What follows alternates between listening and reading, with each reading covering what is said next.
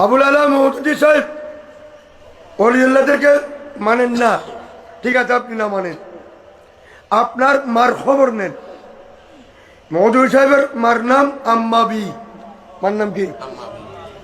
ভারত উপমহাদেশ থেকে 500 জন ঐতিহাসিক নারীর একটা ইতিহাস বাইরে হয়েছে। 500 পাক বাস খাওয়াতিন কি তারিখ। 500 জন ঐতিহাসিক মহিলাদের জীবন ও কর্মের উপর বিরাট পুস্তক, বিরাট কিতাব। এই কিতাবের লেখক পাকিস্তান পাঞ্জাব ইউনিভার্সিটির প্রখ্যাত প্রফেসর তালেব হাশমি।